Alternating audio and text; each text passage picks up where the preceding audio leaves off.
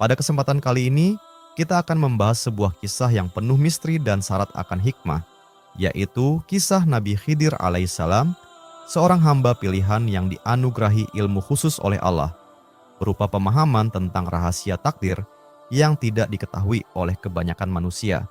Lalu, siapakah sebenarnya Nabi Khidir ini? Bagaimana perjalanan hidupnya yang begitu misterius? Dan benarkah beliau seorang nabi ataukah hanya seorang hamba yang saleh? Insya Allah, semua akan kita bahas dalam video ini. Namun sebelum kita memulai kisah yang penuh ibrah ini, jangan lupa untuk menyimak video ini hingga akhir, agar sahabat semua mendapatkan hikmah berharga yang bisa diterapkan dalam kehidupan sehari-hari. Sahabat Pijar Studio yang dirahmati Allah Ta'ala, para ulama tafsir berbeda pendapat mengenai nasab Nabi Khidir alaihissalam. Ada yang berpendapat bahwa beliau adalah Khidir bin Adam, yaitu keturunan langsung dari Nabi Adam alaihissalam. Ada pula yang mengatakan bahwa beliau adalah keturunan Qabil bin Adam yang dikenal dengan nama Khadrun. Sebagian ulama lainnya berpendapat bahwa Nabi Khidir termasuk orang yang beriman kepada Nabi Ibrahim alaihissalam dan ikut berhijrah bersamanya.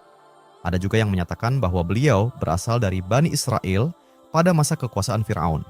Bahkan, terdapat pendapat yang menyebutkan bahwa Nabi Khidir adalah anak dari Fir'aun. Semua pendapat ini merupakan nukilan dari para ulama dan tidak ada satupun yang memiliki dalil yang tegas dan pasti. Wallahu a'lam. Intinya, terdapat perbedaan pendapat atau khilaf di kalangan ulama mengenai siapa sebenarnya Nabi Khidir. Tidak ada satupun dalil yang syahih, baik dari hadits maupun ayat Al-Quran, yang secara jelas menjelaskan nasab beliau. Hal ini menunjukkan bahwa Al-Quran bukanlah kitab sejarah yang merinci seluruh detail peristiwa, melainkan kitab hidayah, petunjuk hidup bagi manusia. Oleh karena itu, Al-Quran hanya menyampaikan bagian-bagian kisah yang mengandung pelajaran, agar manusia dapat mengambil hikmah darinya. Namun, terdapat sebuah hadits yang menjelaskan asal-usul kenapa beliau diberi nama Khidir. Hadits ini diriwayatkan oleh Imam Bukhari, Imam Ahmad, Imam Tirmidzi, dan yang lainnya. Rasulullah Shallallahu Alaihi Wasallam bersabda, "Sesungguhnya ia dinamakan Khidir, karena apabila ia duduk di atas tanah yang kering, maka seketika itu juga tanah tersebut menjadi hijau." Hadits ini menggambarkan bahwa suatu ketika Nabi Khidir alaihissalam pernah duduk di atas tanah yang gersang. Lalu, dengan izin Allah, tanah yang ia duduki itu tiba-tiba menjadi subur dan ditumbuhi rerumputan hijau. Dari peristiwa inilah beliau disebut Al-Khidir, yang berarti yang menghijau. Artinya, setiap kali beliau berada di suatu tempat, khususnya ketika duduk di tanah yang kering, maka dengan kehendak Allah, tempat tersebut menjadi hidup dan ditumbuhi tanaman hijau. Inilah salah satu mukjizat yang Allah berikan kepada Nabi Khidir alaihissalam sebagai tanda kemuliaannya. Sahabat Pijar Studio yang dirahmati Allah Ta'ala, kisah perjalanan Nabi Khidir disebutkan oleh Allah dalam Al-Quran, tepatnya dalam surat Al-Kahfi ayat 60-82. Dalam ayat-ayat tersebut diceritakan tentang perjalanan Nabi Musa dan seorang hamba yang diberi rahmat serta ilmu khusus oleh Allah. Namun Allah tidak menyebutkan nama Nabi Khidir secara langsung, melainkan menyebutnya sebagai seorang hamba di antara hamba-hamba kami yang telah kami berikan rahmat dari sisi kami dan kami ajarkan kepadanya ilmu dari sisi kami. Kisah ini bermula ketika Nabi Musa alaihissalam berdiri di hadapan Bani Israel, memberikan nasihat dan ceramah yang begitu menyentuh. Kata-katanya penuh hikmah, sehingga membuat hati orang-orang yang mendengarnya tersentuh dan menangis. Setelah selesai, Nabi Musa pun beranjak meninggalkan mereka. Namun, ada seorang dari Bani Israel yang begitu kagum dengan ilmu dan penyampaian beliau, hingga ia bergegas menyusul. Dengan penuh kekaguman, ia bertanya, "Wahai utusan Allah, wahai Nabi Musa, adakah seseorang yang lebih berilmu darimu?" Nabi Musa menjawab, "Tidak, tidak ada yang lebih berilmu dariku."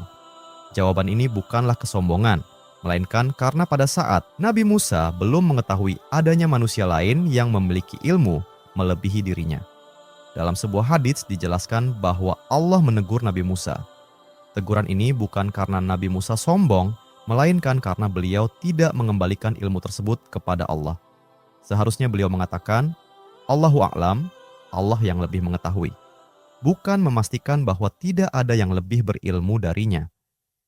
Hal ini mengajarkan kepada kita bahwa sebesar apapun ilmu yang dimiliki manusia, tetap harus disandarkan kepada Allah. Karena pada hakikatnya, ilmu adalah milik Allah, dan Dia memberikannya kepada siapa saja yang Dia kehendaki. Manusia yang Allah ciptakan sangatlah banyak. Bisa jadi di antara mereka ada yang diberi kelebihan ilmu dalam aspek tertentu, bahkan melebihi orang lain yang tampak lebih tinggi kedudukannya. Oleh karena itu, sikap tawadhu dalam ilmu adalah bagian penting dari adab seorang hamba kepada Rabb-Nya.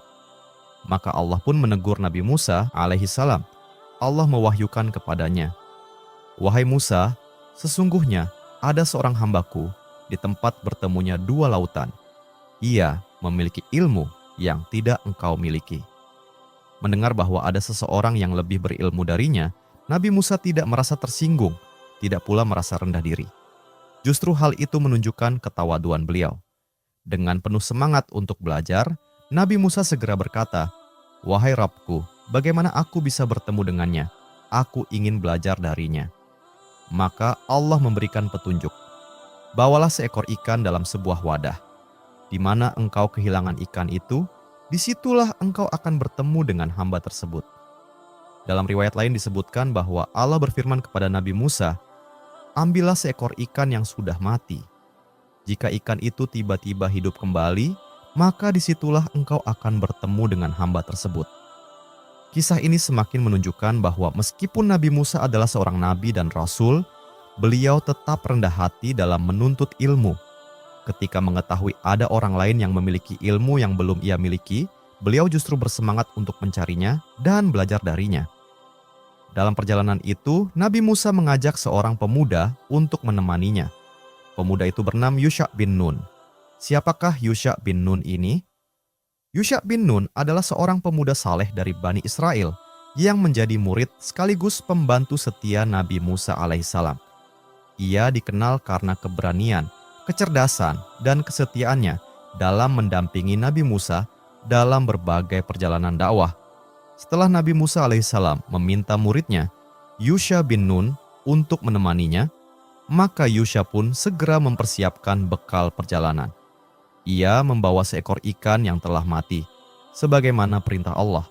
Nabi Musa kemudian memberikan tugas khusus kepadanya, yaitu menjaga ikan tersebut dan memperhatikan kapan ikan itu hidup kembali, serta kapan ia menghilang dari wadahnya. Mendengar tugas itu, Yusha bin Nun dengan penuh kesiapan berkata, "Tugas yang engkau berikan kepadaku bukanlah sesuatu yang berat." Maka dimulailah perjalanan Nabi Musa bersama muridnya dengan niat yang tulus untuk menemui hamba Allah yang memiliki ilmu tersebut dan belajar darinya. Sebenarnya Nabi Musa dan Yusha tidak mengetahui secara pasti di mana lokasi hamba Allah itu berada. Allah hanya memberitahukan bahwa ia berada di tempat bertemunya dua lautan. Sementara tempat pertemuan dua lautan itu banyak dan tidak ditentukan secara rinci. Karena itulah Allah memberikan tanda. Jika ikan yang mereka bawa tiba-tiba hidup kembali lalu menghilang, maka disitulah mereka akan menemukan hamba Allah tersebut. Keduanya pun terus berjalan, entah dengan berjalan kaki atau dengan kendaraan. Tidak ada penjelasan pasti dalam riwayat yang sahih. Yang jelas, perjalanan itu penuh tekad dan kesabaran. Di tengah perjalanan, Nabi Musa berkata kepada Yusha bin Nun, "La abrahu hatta ablugha majma'al bahrain, au amdiya huquba." Aku tidak akan berhenti berjalan sebelum sampai ke tempat pertemuan dua lautan, atau aku akan terus berjalan bertahun-tahun hingga aku bertemu dengan hamba yang berilmu itu dan belajar darinya. Ucapan ini menunjukkan betapa kuatnya tekad Nabi Musa dalam menuntut ilmu. Beliau siap menempuh perjalanan panjang, menghadapi kesulitan, bahkan menghabiskan waktu bertahun-tahun demi mendapatkan ilmu yang bermanfaat. Setelah menempuh perjalanan yang panjang dan melelahkan, akhirnya Nabi Musa alaihissalam dan Yusha bin Nun berhenti untuk beristirahat di sebuah batu besar di tepi laut. Mereka membuka perbekalan, mengeluarkan makanan, lalu makan bersama sebelum beristirahat. Ketika Nabi Musa tertidur, tiba-tiba ikan yang mereka bawa hidup kembali. Ikan itu kemudian melompat keluar dari wadahnya menuju laut, meninggalkan jejak yang tampak seperti terowongan di dalam air. Peristiwa itu disaksikan langsung oleh Yusha bin Nun. Namun karena Nabi Musa sedang tertidur, ia tidak berani membangunkannya. Dalam hatinya, Yusha berkata, "Nanti saja, ketika guruku sudah bangun, akan aku sampaikan kejadian ini." Namun setelah Nabi Musa terbangun, Yusha justru lupa menyampaikan peristiwa tersebut. Hingga akhirnya mereka kembali melanjutkan perjalanan, sementara ikan yang menjadi tanda itu sudah tidak ada. Setelah berjalan cukup jauh dan merasa sangat letih, Nabi Musa berkata, "Bawalah makanan kita. Sungguh, kita telah merasa lelah dalam perjalanan ini." Mendengar itu, Yusha pun tersentak dan teringat akan kejadian sebelumnya. Ia berkata dengan penuh penyesalan, "Maafkan aku. Ketika kita beristirahat di batu itu, ikan tersebut melompat ke laut, dan aku lupa memberitahukan kepadamu. Setanlah yang membuatku lupa untuk mengingatnya." Mendengar perkataan Yusha bin Nun, Nabi Musa alaihissalam tidak marah. Dengan penuh ketenangan, beliau hanya berkata, "Itulah tempat yang kita cari." Maka keduanya pun segera kembali ke lokasi tersebut. Sesampainya di sana, mereka melihat seorang lelaki yang sedang beristirahat, berpakaian rapi, dan di sekelilingnya tampak kehijauan yang subur. Siapakah dia? Dialah Nabi Khidir alaihissalam, seorang hamba pilihan yang dianugerahi ilmu langsung oleh Allah. Ia disebut Al-Khidir, karena di mana ia berada, tempat itu menjadi hijau dengan izin Allah. Disitulah pertemuan agung antara Nabi Musa dan Nabi Khidir alaihissalam terjadi. Nabi Musa pun memberi salam kepada Khidir, "Assalamualaikum." Nabi Khidir menjawab dengan heran, bagaimana mungkin ada orang yang memberi salam di tempat ini, padahal selama ini tidak pernah ada orang yang memberi salam. Lalu Nabi Musa berkata, "Aku adalah Musa." Nabi Khidir bertanya lagi, "Musa dari Bani Israel?" Nabi Musa menjawab, "Naam, benar." Dari percakapan ini, para ulama seperti Ibnu Abbas menegaskan bahwa Musa yang bertemu dengan Nabi Khidir adalah benar Nabi Musa alaihissalam yang diutus kepada Bani Israel, bukan Musa yang lain sebagaimana pernah diklaim oleh sebagian pendapat. Ketika Nabi Musa alaihissalam menyatakan bahwa dirinya adalah Musa dari Bani Israel, maka Nabi Khidir pun berkata, "Wahai Musa, sesungguhnya engkau berada di atas ilmu yang Allah ajarkan kepadamu yang aku tidak mengetahuinya. Dan aku pun berada di atas ilmu yang Allah ajarkan kepadaku yang engkau tidak mengetahuinya." Ucapan ini menunjukkan bahwa masing-masing memiliki kelebihan ilmu yang berbeda. Nabi Musa memiliki ilmu syariat dan hukum, sementara Nabi Khidir memiliki ilmu tentang hikmah dan rahasia takdir yang Allah ajarkan secara khusus. Sebagian ulama menjadikan pernyataan ini sebagai salah satu dalil bahwa Khidir adalah seorang nabi, bukan sekadar wali, karena ia membandingkan ilmu yang dimilikinya dengan ilmu Nabi Musa, dan itu menunjukkan adanya jenis ilmu wahyu yang Allah berikan kepadanya. Setelah mendengar penjelasan tersebut, Nabi Musa dengan penuh kerendahan hati langsung memohon kepada Nabi Khidir agar diizinkan untuk belajar darinya. Nabi Musa berkata, "Bolehkah aku mengikutimu agar engkau mengajarkan kepadaku sebagian ilmu yang telah Allah ajarkan kepadamu?" Nabi Khidir menjawab dengan lembut namun tegas. Qala, "Innaka lan tastati'a ma'iya sabra." Sesungguhnya, engkau tidak akan sanggup bersabar bersamaku. Wa kaifa tasbiru ala ma lam tuhit bihi khubra. Dan bagaimana engkau dapat bersabar terhadap sesuatu yang belum engkau ketahui hakikatnya. Perkataan ini menunjukkan bahwa ilmu yang dimiliki Nabi Khidir adalah ilmu yang tidak tampak secara zahir, melainkan mengandung hikmah tersembunyi yang seringkali bertentangan dengan logika manusia. Namun, Nabi Musa tetap bersungguh-sungguh dalam keinginannya untuk belajar. Dengan penuh keyakinan, beliau menjawab, "Qala satajiduni insyaallahu sabira wala a'si laka amran." Insya Allah, engkau akan mendapati aku sebagai orang yang sabar dan aku tidak akan menentangmu dalam urusan apapun. Jawaban ini mencerminkan kesungguhan Nabi Musa dalam menuntut ilmu, sekaligus adab seorang murid kepada gurunya, yaitu berjanji untuk bersabar dan tidak menyelisihi. meskipun belum memahami hikmah di balik setiap peristiwa. Nabi Khidir akhirnya menyetujui permintaan Nabi Musa, namun dengan satu syarat. Ia berkata, "Jika engkau mengikutiku, maka janganlah engkau menanyakan kepadaku tentang apapun yang aku lakukan, meskipun engkau tidak memahaminya atau tidak menyetujuinya, hingga aku sendiri yang menjelaskannya kepadamu sesuai dengan ilmu yang Allah ajarkan kepadaku." Syarat ini bukan tanpa alasan. Nabi Khidir mengetahui bahwa Nabi Musa adalah seorang nabi yang sangat tegas dalam menegakkan kebenaran dan mencegah kemungkaran. Karena itu, ketika melihat sesuatu yang tampak tidak benar, tentu akan sangat berat bagi beliau untuk diam dan bersabar. Itulah mengapa Nabi Khidir sebelumnya berkata, "Engkau tidak akan sanggup bersabar bersamaku," karena apa yang akan ia lakukan nanti berada di luar jangkauan pengetahuan Nabi Musa saat itu. Namun, dengan penuh kerendahan hati, Nabi Musa tetap berkata, "Insya Allah, engkau akan mendapati aku sebagai orang yang sabar, dan aku tidak akan membangkang perintahmu." Setelah Nabi Musa alaihissalam menyetujui syarat yang diajukan oleh Nabi Khidir, maka beliau pun diizinkan untuk menyertainya. Maka dimulailah perjalanan penuh hikmah antara Nabi Musa dan Nabi Khidir. Lalu, bagaimana dengan Yusha bin Nun? Apakah ia kembali kepada Bani Israel atau menunggu di tempat sebelumnya? Wallahu a'lam. Tidak ada penjelasan yang pasti mengenai hal ini. Al-Quran hanya menuturkan perjalanan dua orang, yaitu Nabi Musa dan Nabi Khidir, tanpa menyebutkan keterlibatan Yusha dalam lanjutan kisah tersebut. Hal ini kembali menunjukkan bahwa Al-Quran berfokus pada pelajaran dan hikmah, bukan pada rincian yang tidak memiliki dampak langsung terhadap ibrah yang ingin disampaikan. Sahabat Pijar Studio yang dirahmati Allah Ta'ala, maka dimulailah perjalanan pertama, sebuah perjalanan yang akan membuka tabir hikmah di balik takdir yang selama ini tersembunyi. Dikisahkan, Nabi Musa dan Nabi Khidir melakukan perjalanan ke sebuah tempat, hingga keduanya sampai di tepi pantai. Tiba-tiba, mereka melihat sebuah perahu nelayan yang sedang melintas. Nabi Khidir pun mendekat dan berkata kepada pemilik perahu itu dengan sopan, "Bolehkah kami menumpang?" Pemilik perahu itu pun menjawab, "Silakan." Ia mengenali Nabi Khidir sebagai hamba Allah yang saleh, sehingga mereka dipersilakan naik tanpa harus membayar. Akhirnya, Nabi Musa alaihissalam dan Nabi Khidir pun menaiki perahu tersebut.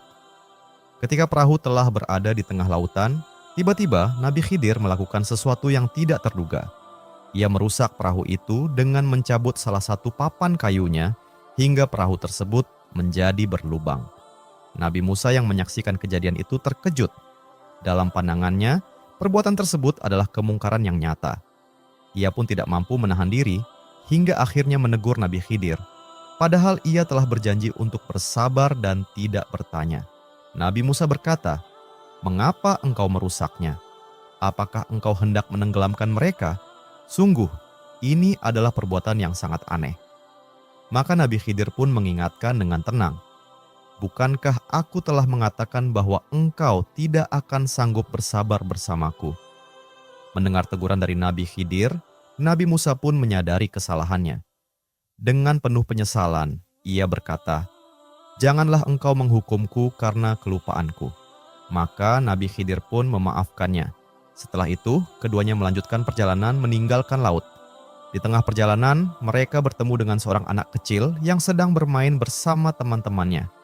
Tiba-tiba, Nabi Khidir melakukan sesuatu yang sangat mengejutkan. Ia membunuh anak tersebut. Nabi Musa yang menyaksikan peristiwa itu langsung terkejut dan tidak mampu menahan dirinya. Ia kehilangan kesabaran karena menyaksikan kemungkaran yang begitu besar di hadapannya. Nabi Musa pun berkata, "Mengapa engkau membunuh jiwa yang tidak bersalah? Sungguh, ini adalah suatu kejahatan yang besar." Pada peristiwa kedua ini, sebenarnya Nabi Musa tidak lupa bahwa ia telah berjanji untuk tidak bertanya. Berbeda dengan kejadian pertama, ketika perahu dilubangi, yang saat itu ia benar-benar lupa. Namun pada kejadian kali ini, ia tetap bertanya, karena tidak sanggup menahan diri melihat kemungkaran yang menurutnya sangat besar dan tidak dapat diterima. Mendengar hal itu, Nabi Khidir kembali mengingatkan, Bukankah sudah aku katakan bahwa engkau tidak akan mampu bersabar bersamaku?" Nabi Musa pun menjawab dengan penuh penyesalan, "Jika aku bertanya lagi setelah ini, maka janganlah engkau mengizinkanku untuk menyertaimu. Sungguh, engkau telah cukup memberi maaf kepadaku." Nabi Khidir kembali memaafkan Nabi Musa alaihissalam. Setelah itu, keduanya melanjutkan perjalanan hingga akhirnya sampai di sebuah negeri yang penduduknya terkenal sangat pelit. Karena telah menempuh perjalanan yang panjang, Nabi Musa dan Nabi Khidir merasa lapar. Mereka pun meminta makanan kepada penduduk negeri tersebut. Namun, penduduk di sana menolak menjamu mereka. Mereka enggan memberikan makanan, padahal kedua tamu itu sedang dalam keadaan sangat membutuhkan. Di tengah keadaan lapar tersebut, Nabi Khidir melihat sebuah rumah yang dindingnya hampir roboh. Tanpa meminta imbalan apapun, ia segera menegakkan dan memperbaiki dinding itu agar tidak runtuh. Peristiwa ini membuat Nabi Musa alaihissalam merasa heran. Dalam keadaan lapar, ketika mereka meminta makanan justru tidak diberi. Namun Nabi Khidir malah memperbaiki dinding rumah penduduk tersebut tanpa meminta upah sedikit pun. Nabi Musa pun berkata, "Seandainya engkau mau, engkau bisa mengambil upah dari pekerjaan itu, sehingga dapat kita gunakan untuk membeli makanan." Pada kejadian ketiga ini, Nabi Musa kembali lupa bahwa ia telah berjanji untuk tidak bertanya terhadap apa yang dilakukan oleh Nabi Khidir. Akhirnya Nabi Khidir berkata, "Inilah saat perpisahan antara aku dan engkau. Aku akan memberitahukan kepadamu hikmah dari perbuatan-perbuatan yang engkau tidak mampu bersabar terhadapnya." Akhirnya Nabi Khidir pun mulai menjelaskan hikmah di balik perbuatan-perbuatannya yang selama ini tampak aneh di mata Nabi Musa. Pertama, Khidir berkata, "Wahai Musa, adapun perahu yang aku rusak itu adalah milik orang miskin yang bekerja di laut. Ia menggantungkan hidupnya dari perahu tersebut. Aku sengaja merusaknya karena nanti setelah perahu itu disandarkan atau diparkir, akan datang Raja Zalim yang akan merampas perahu-perahu milik para nelayan. Maka aku membuatnya cacat agar raja itu tidak mengambilnya, karena ia hanya akan memilih perahu-perahu yang bagus dan utuh, tidak akan memilih perahu yang cacat." Kedua, Nabi Khidir menjelaskan alasan di balik perbuatannya membunuh anak kecil tersebut. Ia berkata, "Adapun anak itu, maka kedua orang tuanya adalah orang-orang yang beriman. Kami khawatir dia akan menjadi sumber kekafiran dan durhaka yang besar bagi kedua orang tuanya. Maka Allah menghendaki untuk menggantikan bagi keduanya dengan seorang anak yang lebih baik, lebih suci, dan lebih berbakti." Ketika Nabi Khidir melakukan pembunuhan itu, anak yang dibunuhnya memang belum mencapai usia balik. Ia melakukannya karena mengetahui dengan ilmu yang Allah berikan, bahwa jika anak itu tumbuh dewasa, ia akan menjadi seorang yang kafir dan akan menyeret kedua orang tuanya kepada kekafiran karena besarnya kecintaan mereka kepadanya. Maka, di balik peristiwa yang secara zahir tampak sangat berat itu, terdapat maslahat yang besar. Dengan wafatnya anak tersebut, ia tidak sampai hidup dalam kekafiran dan kedua orang tuanya pun terjaga keimanannya sehingga selamat dari kesesatan dan azab Allah. Inilah salah satu bentuk hikmah ilahi yang tidak dapat dijangkau oleh akal manusia secara lahiriah. Apa yang tampak sebagai keburukan ternyata menyimpan kebaikan yang jauh lebih besar dalam ilmu Allah. Peristiwa ini juga menjadi dalil kuat bahwa Nabi Khidir adalah seorang nabi. Karena tindakan seperti itu tidak mungkin dilakukan kecuali berdasarkan wahyu dari Allah. Maka, apa yang dilakukan Nabi Khidir bukanlah dosa, melainkan bagian dari ketetapan Allah yang dijalankan melalui hambanya yang diberi ilmu khusus. Ketiga, Nabi Khidir menjelaskan tentang dinding yang ia tegakkan. Ia berkata, "Adapun dinding yang hampir roboh itu adalah milik dua anak yatim di negeri tersebut. Di bawahnya tersimpan harta warisan milik mereka. Ayah mereka adalah seorang yang saleh dan Allah menghendaki agar harta itu tetap terjaga hingga mereka dewasa. Seandainya dinding itu roboh, maka harta yang tersembunyi di bawahnya akan terlihat dan sangat mungkin diambil oleh penduduk desa yang pelit tersebut. Maka Nabi Khidir menegakkan kembali dinding itu tanpa meminta upah. sebagai bentuk penjagaan terhadap amanah yang Allah titipkan. Kemudian Nabi Khidir menegaskan, "Dan bukanlah aku melakukan semua itu atas kehendakku sendiri. Itu semua adalah perintah dari Allah. Demikian itulah penjelasan atas perbuatan-perbuatan yang engkau tidak mampu bersabar terhadapnya." Dari sini menjadi jelas bahwa semua tindakan Nabi Khidir, melubangi perahu, membunuh anak kecil, dan menegakkan dinding, bukanlah atas kemauan pribadi, melainkan berdasarkan wahyu dan perintah Allah Ta'ala.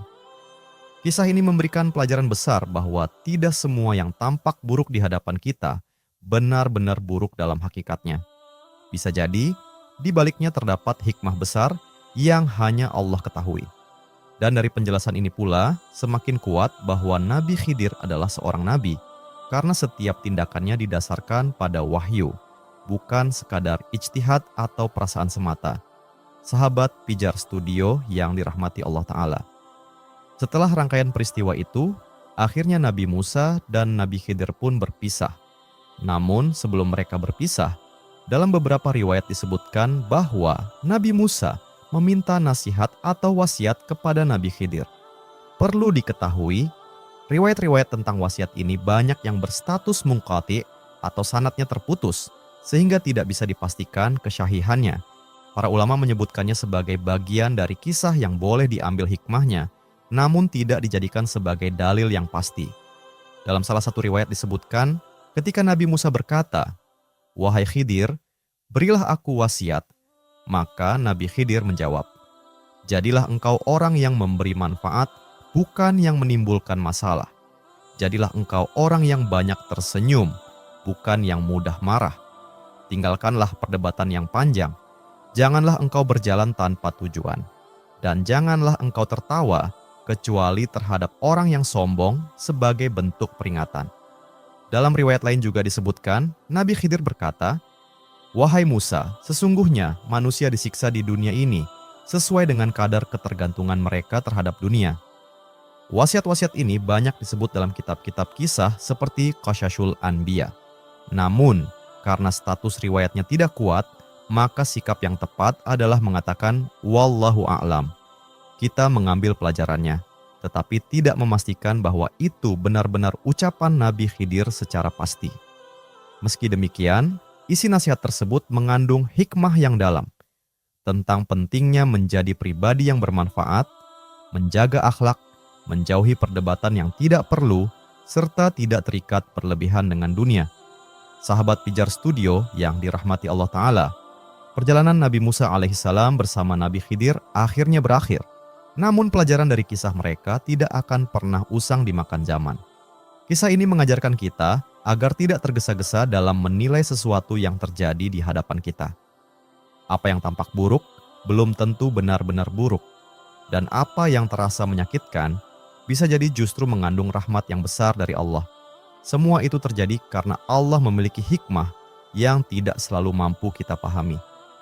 Dalam kehidupan, kita sering menghadapi luka, kehilangan, atau peristiwa yang terasa aneh dan tidak masuk akal. Namun, sebagaimana dalam kisah ini, setiap kejadian menyimpan makna yang hanya diketahui oleh Allah yang Maha Mengetahui. Beberapa peristiwa dalam perjalanan Nabi Musa dan Nabi Khidir dapat menjadi cermin bagi kehidupan kita, bahwa apa yang tampak sebagai kerusakan bisa jadi adalah perlindungan. Apa yang terasa keras bisa jadi adalah bentuk kasih sayang Allah yang tersembunyi. Seperti halnya ketika kita melihat sesuatu yang menyakitkan, ingatlah kisah perahu yang dilubangi. Seandainya perahu itu tidak dirusak, ia akan dirampas oleh raja yang zalim. Begitu pula dengan hidup kita. Terkadang Allah mengurangi atau merusak sebagian yang kita miliki agar kita tidak kehilangan semuanya. Tembok yang hampir roboh lalu diperbaiki oleh Nabi Khidir dapat kita jadikan sebagai gambaran tentang amal kebaikan. Terkadang, kebaikan yang kita lakukan tidak dihargai oleh manusia, bahkan mungkin tidak diketahui sama sekali.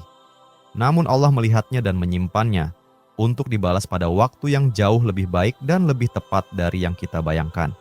Adapun Nabi Khidir sendiri tetap menjadi sosok yang penuh misteri.